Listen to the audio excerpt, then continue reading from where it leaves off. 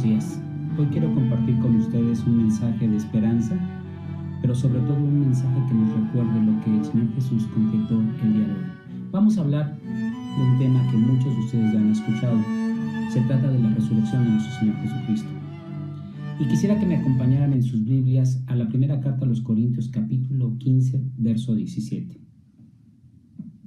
Primera carta a los Corintios, capítulo 15, verso 17.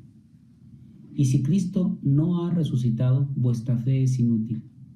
Todavía estáis en vuestros pecados. Vamos a inclinar nuestro rostro y vamos a poner nuestras vidas delante de Dios y que sea su Espíritu Santo el que hable a nuestras vidas. Amantísimo Padre, hoy venimos ante ti reconociendo, Señor, y aceptando el hecho de que tú fuiste, Señor, hombre y que como hombre moriste en una cruz.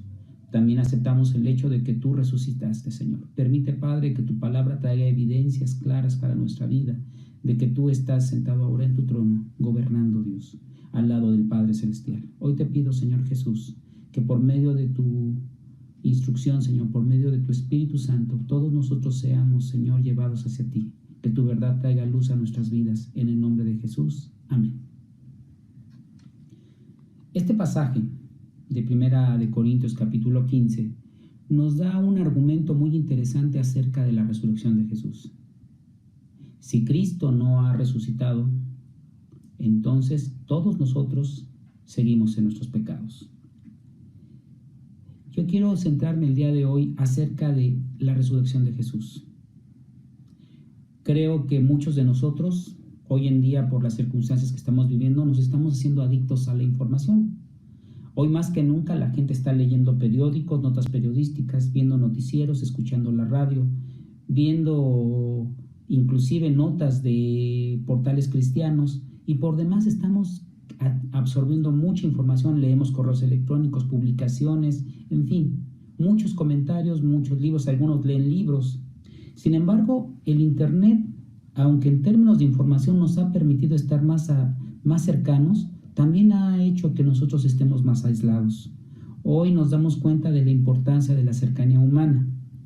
Pero regresando a este tema de la información, el acceso a tanta información, no siempre sabemos qué hacer con ella. A veces esa sobrecarga de información puede crear confusiones. Y es por esto que hoy quiero preguntarles acerca de qué opinan acerca de la resurrección. Hay muchas personas en medio de las redes que creen que la resurrección fue solamente un mito, que no fue algo que haya ocurrido. Sin embargo, hoy quisiera presentarles datos que son contundentes acerca de la resurrección de nuestro Señor Jesucristo, y no son solamente pequeñas porciones, sino se trata de algo que la Biblia nos muestra. Quisiera que de alguna manera todos juntos, formáramos una especie de jurado. Permítanme presentarles la evidencia y quisiera que ustedes ahí en su hogar, juntos como familia, formaran parte de este jurado. Imagínense que se encuentran en una sala de audiencias y que ustedes son ese jurado que está sentado para determinar si lo que presento el día de hoy es suficiente para demostrar que Jesús resucitó. Como mi primer argumento, quiero ayudarlos a comprender toda la historia sobre lo que sucedió en esa primera Pascua para el pueblo cristiano. Con toda la información que tenemos disponible en el mundo de hoy, quiero demostrarles que la mayor parte de esa información puede ser irrelevante y tal vez no es muy útil para nosotros. Son solo datos que flotan en el ciberespacio, realmente no son importantes. Lo que realmente importa es que si Jesús resucitó o no de la muerte. Jesús apostó toda su reputación en la resurrección. Si la resurrección no sucedía, todo lo que Jesús hizo en esta tierra podría ser cuestionado. De ahí la importancia de que pensemos que Jesús es necesariamente o un hombre que dijo la verdad o un impostor. Si Jesús resucitó, efectivamente Él es el Hijo de Dios y todo lo que hizo por nosotros es cierto. Dios ya nos perdonó, Dios ya nos justificó delante de Él. El asunto que quiero presentarles como tribunal en esta mañana no es el de un delito, sino un reclamo tan espectacular y tan crucial que viene a ser la piedra angular de nuestro cristianismo. Si esta resurrección no ocurrió, podríamos decir que es el defecto fatal de nuestra fe. Miembros del jurado, la afirmación es que Jesús resucitó corporalmente de entre los muertos. La resurrección es el milagro supremo del cristianismo. Está en el corazón de nuestra fe como hijos de Dios. Si la resurrección nunca ocurrió, el cristianismo vendría a derrumbarse y se convertiría simplemente en un mito, y miles de millones de personas habríamos sido engañados. Pero afortunadamente, la verdad es que la resurrección sí sucedió. Es auténtica y esto autentifica todo lo que Jesús hizo y dijo. Y los creyentes, tú y yo, tenemos la garantía de una vida eterna y por lo tanto el perdón de nuestros pecados. Permíteme decirlo con tanta certeza como lo puso aquí en esta carta el apóstol Pablo. En la primera carta a los Corintios 15-17, en esa primera parte dice: si Cristo no ha resucitado, vana es vuestra fe. Es inútil. En otras palabras, tu fe no tendría valor. La resurrección o es un engaño, muy malvado por cierto, despiadado y vicioso para la historia, o es el hecho más asombroso en la historia de la humanidad. Quiero mostrarte las pruebas abrumadoras de que Jesús hizo exactamente lo que predijo que haría, que al tercer día resucitaría de entre los muertos. Hechos 1:3 dice y nos declara con mucha certeza: después de su sufrimiento se mostró a estos hombres y dio muchas pruebas convincentes de que estaba vivo. Eso es lo que tengo la intención de hacer esta mañana. Voy a presentarte 3 pruebas que cuando las juntamos nos proporcionan una prueba convincente de que Jesús resucitó de entre los muertos. La primera prueba es la tumba vacía. La prueba de que quiero presentarte hoy como tribunal es esa tumba vacía en la cual fue sepultado el Señor Jesús. La Biblia nos enseña que después de que los verdugos profesionales, que eran así como se consideraban a estos romanos, crucificaron a Jesús, su cadáver fue colocado en una tumba enclavada en una roca sólida. Quiero recordarles que los romanos verificaron que Jesús estuviera muerto para dejar fuera lugar a dudas de que Jesús murió. Le atravesaron con una lanza en un costado y lo que ocurrió fue que salió sangre separada del agua. Y eso solo ocurre cuando el cuerpo realmente está muerto. Después de que su cuerpo fue cubierto con una cantidad considerable de especias, fue envuelto ampliamente con tiras de lino.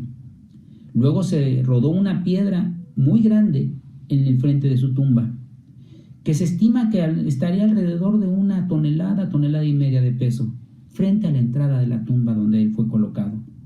Después de que esa roca estuvo en su lugar, se le asignó un contingente de aproximadamente 16 soldados romanos para garantizar que la tumba no fuera violada.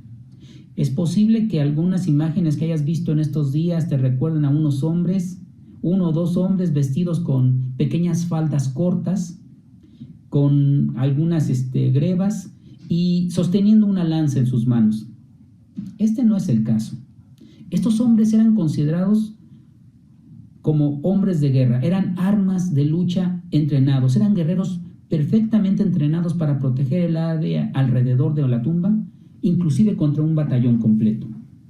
Mateo 27:66 nos dice que además de la guardia romana, pusieron un sello romano, un sello oficial a prueba de manipulaciones en la piedra. Es decir, no podía ser violado ese sello y después vuelto a colocar.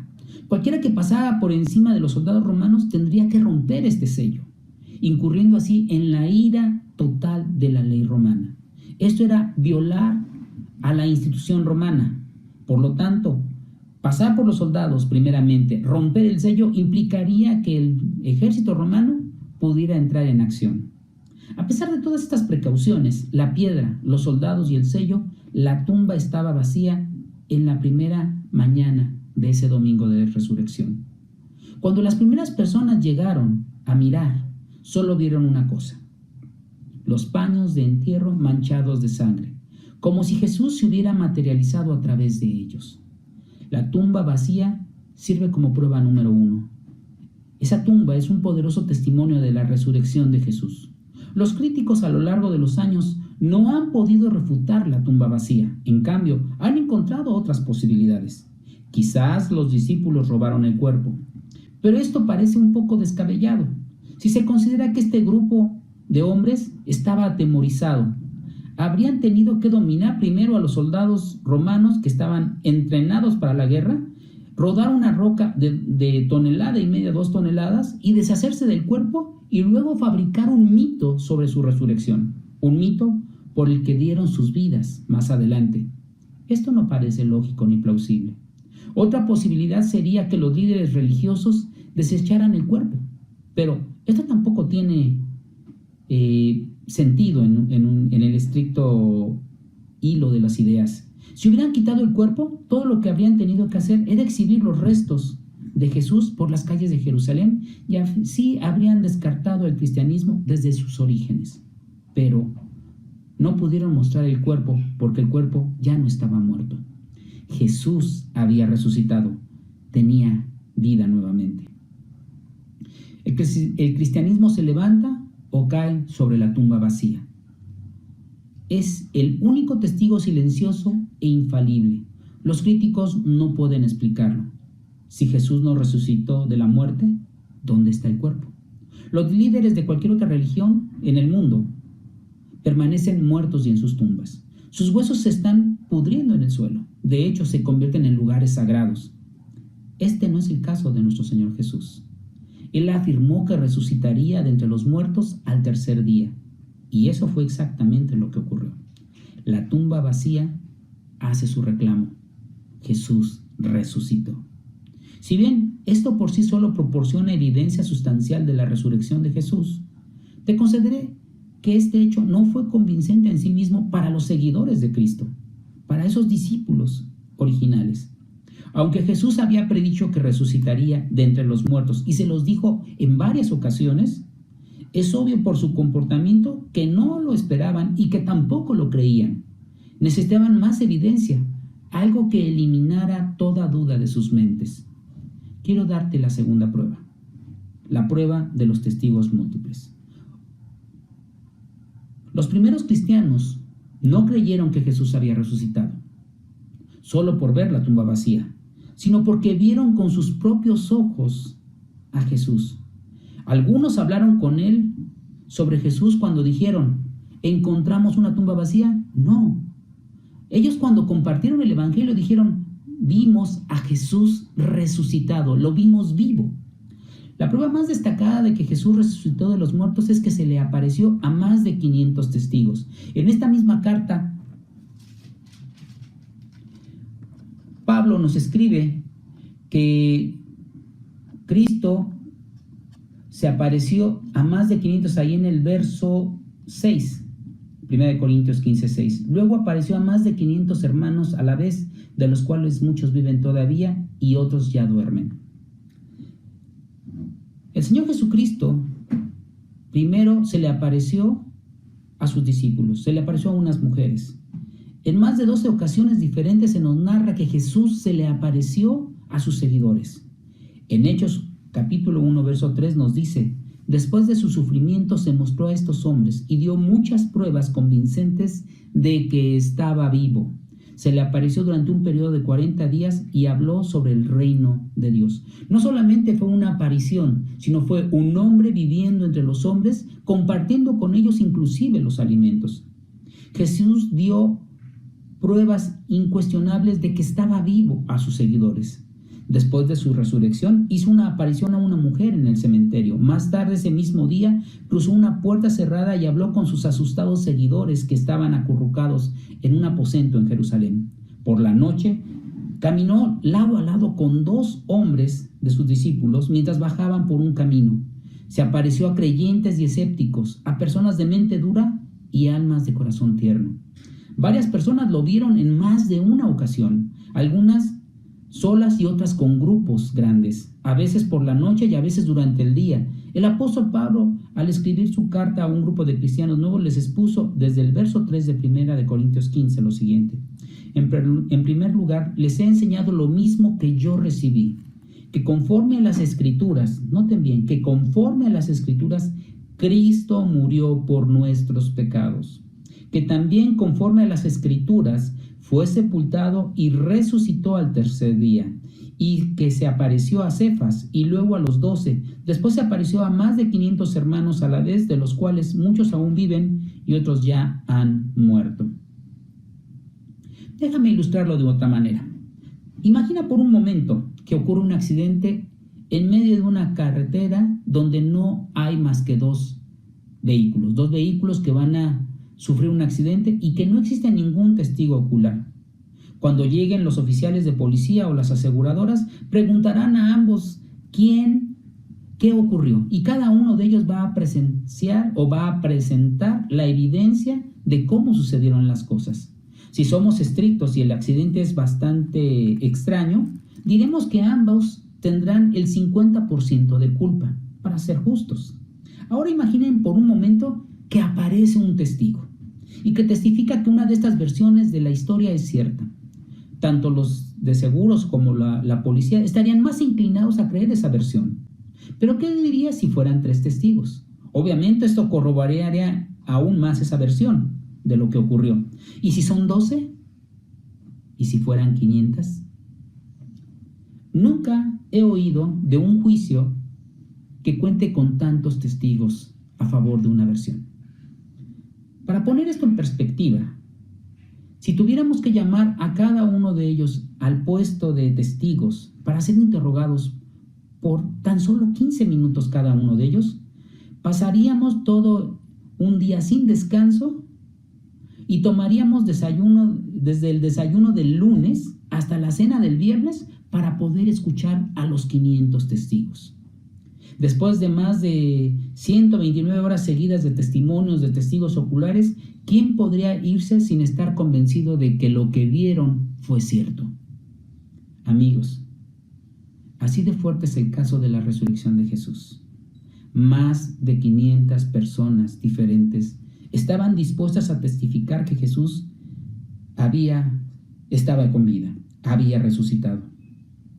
Cuando se inició el cristianismo en el mundo, estos testigos oculares todavía estaban vivos y podían ser interrogados.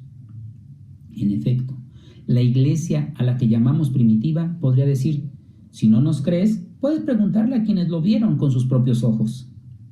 Tal vez te hubiera gustado estar ahí y poderle preguntar, no solo a Pedro, sino a los otros testigos, no solo a los discípulos, sino a los demás seguidores de Cristo: ¿Jesús resucitó? ¿Lo viste? Y su respuesta sería siempre la misma: sí. Pedro, quien fue uno de esos testigos, se levantó un día y predicó un gran sermón. Ese primer sermón se encuentra en el libro de los Hechos. Después de resumir lo que los profetas escribieron sobre Jesús y cómo vivió Jesús, Pedro expuso los detalles que rodearon su muerte. Una copia de las notas de ese sermón las puedes encontrar, como les decía, en el libro de los Hechos, capítulo 2, y en particular el verso 32 dice: Dios ha resucitado a este Jesús y todos somos testigos del hecho. Es interesante que Pedro predique ese sermón en el corazón de Jerusalén, la misma ciudad donde Jesús fue crucificado y enterrado, el mismo lugar donde Pedro lo negó 3 veces.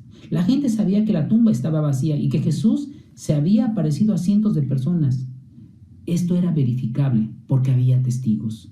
Más tarde o tiempo después, Pedro escribió una carta que aparece en nuestras Biblias. Quiero que ustedes vean lo que él nos escribe en la segunda carta, capítulo 1, verso 16. Dice: porque cuando les hicimos saber que nuestro Señor Jesucristo vendrá con todo su poder, no lo hicimos siguiendo fábulas artificiosas, sino como quienes han visto su majestad con sus propios ojos. Quisiera decirlo de otra manera: no seguimos cuentos ingeniosamente inventados cuando te dimos a conocer el poder y la venida del Señor Jesucristo, pero fuimos testigos presenciales de su majestad. Jesús habló con él e incluso comió con él en un día en la playa un pescado frito. Mientras reflexionas sobre los hechos que te estoy presentando esta mañana, quiero que consideres nuevamente la prueba 1, esa tumba vacía, y la prueba 2, los testigos múltiples. Pero hay una tercera prueba, una prueba que es más convincente para ratificar la resurrección. Mis distinguidos miembros del jurado, quiero presentarles la prueba 3, las vidas cambiadas. Los que conocieron a Jesús, al Jesús resucitado, han tenido su vida totalmente transformada.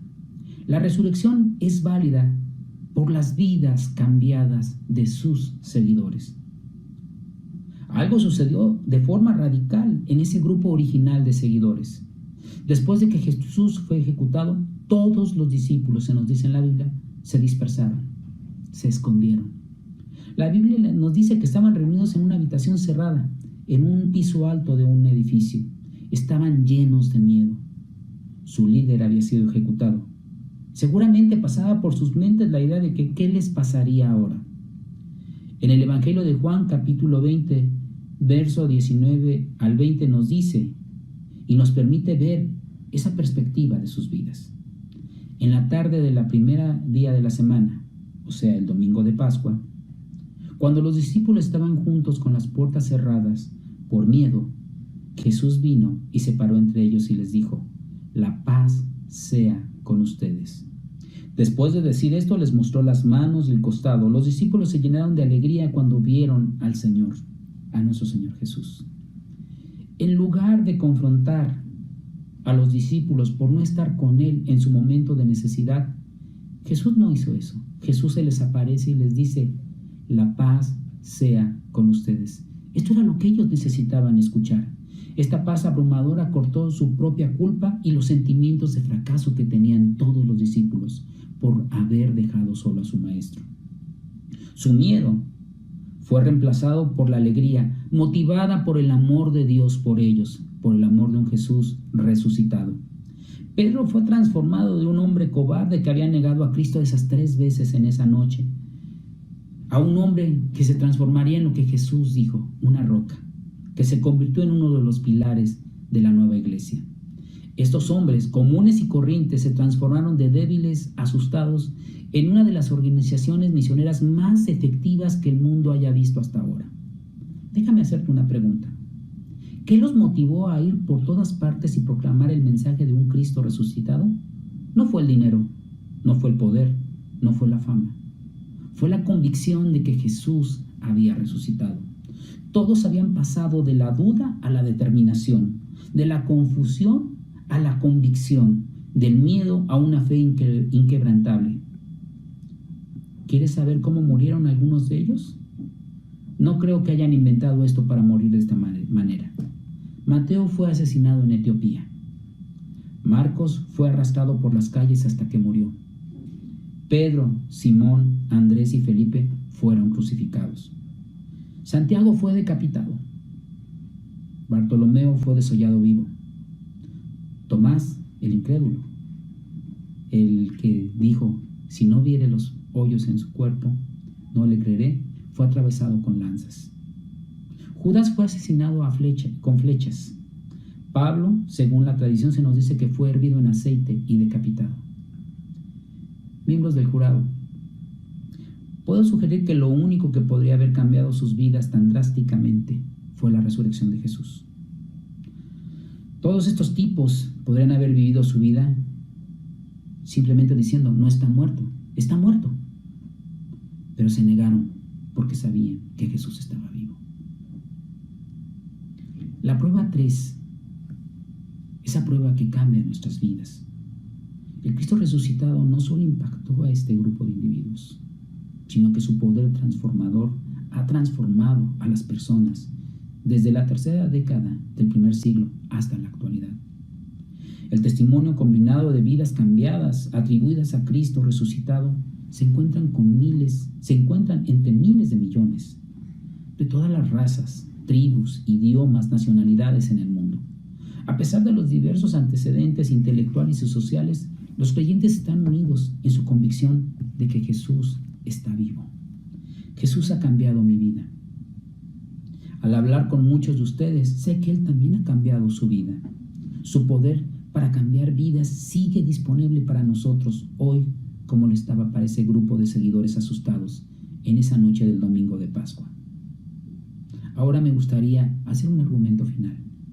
Al considerar la resurrección de Jesucristo, pensar que los hombres y las mujeres se tomaran el tiempo para clasificar toda la información disponible y estudiar la evidencia, en primer lugar, ¿cómo explicas que la tumba está vacía? En segundo lugar, ¿cómo argumentan en contra de múltiples testigos? Y finalmente, ¿cómo justificas el hecho de que Jesucristo resucitado cambia vidas? La evidencia es fuerte y convincente. De hecho, para muchos escépticos se han acercado a la resurrección con el objetivo de refutarla. Cuando reunieron todos los datos, descubrieron que la evidencia exige un veredicto. Hoy quiero preguntarte, ¿cuál es tu veredicto acerca de la resurrección? Aunque podría estar de acuerdo con la fuerte evidencia de la resurrección, algunos tal vez de ustedes están aburridos. No hace mucho por ti la resurrección. Los datos simplemente no parecen relevantes para tu vida. Antes de que archives esto en tu mente, para que se pierda en la avalancha de incontables informaciones que tienes en tu mente, quiero preguntarte algo. La resurrección está llena de noticias que puedes usar. Se aplica de una manera notable a tu vida. Después de investigar la evidencia de la resurrección, la prueba final es esta. ¿Qué diferencia hace para tu vida? La Pascua al menos puede responder 5 preguntas que todos los seres humanos tenemos. Viene la cuestión de la duda. ¿Es verdad? ¿Cómo puedo saber que es verdad que Jesús resucitó? Al igual que Tomás, que no creía en menos que en realidad pudiera tocar las heridas de Jesús, la evidencia de la resurrección puede desplazar la duda de tu mente. Viene el asunto de la soledad. Tú y yo en algún momento nos hemos sentido solos. Y realmente hay alguien que se preocupa por ti y por mí, que le importamos.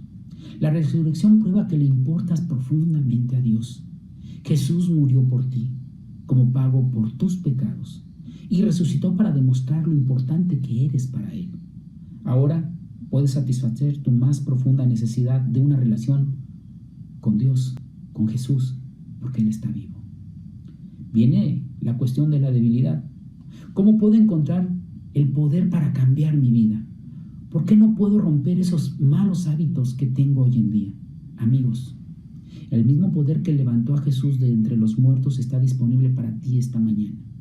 Él puede transformarte como cambió radicalmente a ese primer grupo de personas que estaban debilitadas. Un encuentro con el Jesús vivo puede darte fuerza y confianza como nunca antes la habías tenido. Viene el asunto de la culpa. ¿Cómo puedo deshacerme de mi culpa por todo lo que he hecho? ¿Quieres buenas noticias? Algunas noticias que realmente puedas usar en este domingo de Pascua. La resurrección es la prueba final de que Dios aceptó el sacrificio de Jesús como sustituto por el pecado, por tu pecado y por mi pecado. Jesús es el Salvador del mundo que lleva el pecado. La resurrección válida nos afirma y valida la transacción que hizo con el Padre. Jesús nos ha perdonado por nuestros pecados. Se ha quitado la culpa de tus hombros. Los pedazos de papel que representan nuestra pecaminosidad han desaparecido este domingo de Pascua. Todo a causa de la resurrección de Jesús. Viene el asunto de la muerte. ¿Qué pasa cuando muero? Que esa es una pregunta que a todos nos atañe.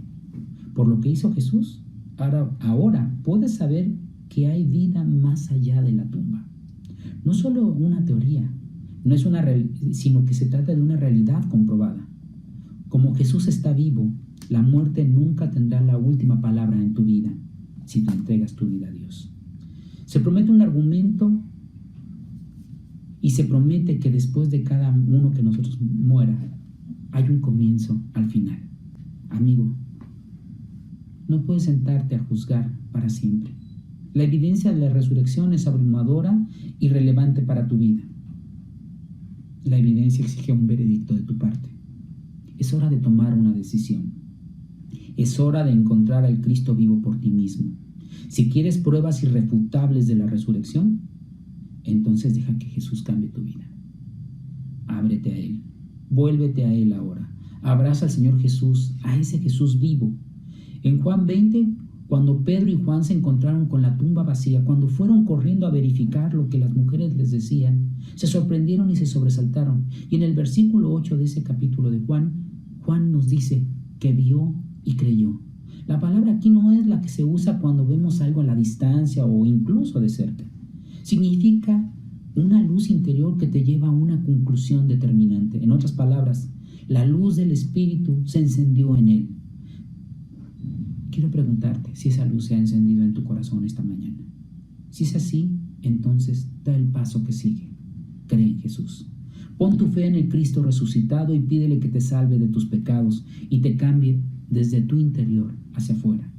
Quiero que inclines tu rostro, que me acompañes en esta tarde a entregar nuestra vida al Señor. Darle gracias por lo que Él hizo en esa cruz, pero darle gracias porque resucitó y ahora está intercediendo por ti y por mí a favor nuestro, porque Él está en el lugar que le corresponde.